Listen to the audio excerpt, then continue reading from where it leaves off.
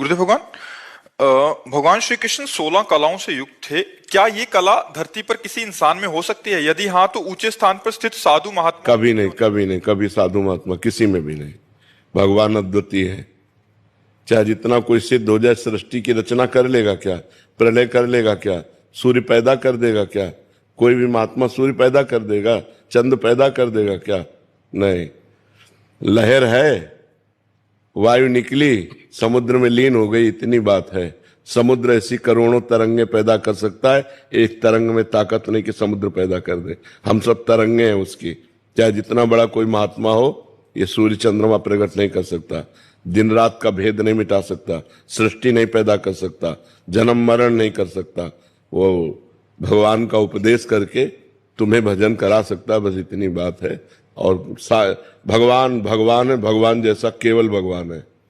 आप हमारी बात समझ पा रहे? 16 कलाएं तो कहने को है, अनंत गुण संपन्न भगवान।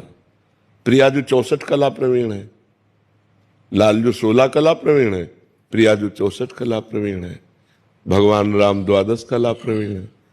तो ये कलाएं तो केवल कहने को है, वो तो अनंत गुण संपन्न, असीम अगाध समुद्र है। वेद भी जिनका पार नहीं पाते, ऐसे भगवान। भगवान जैसे तो सिर्फ भगवान है, दूसरा कोई नहीं। हम कह सकते हैं गुरु भगवान, संत भगवान कह सकते हैं, लेकिन भगवान जैसे भगवान है, दूसरा कोई नहीं हो सकता।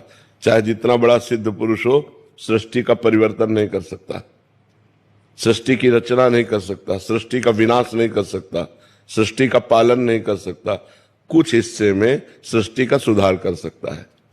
जो गलत मार्ग में जा रहे हैं, अपने तप के द्वारा, अपने भजन के द्वारा उनको सही मार्ग में लगाना, बस इतना हो सकता है। भगवान जैसे तो सिर्फ भगवान है, दूसरा कोई नहीं।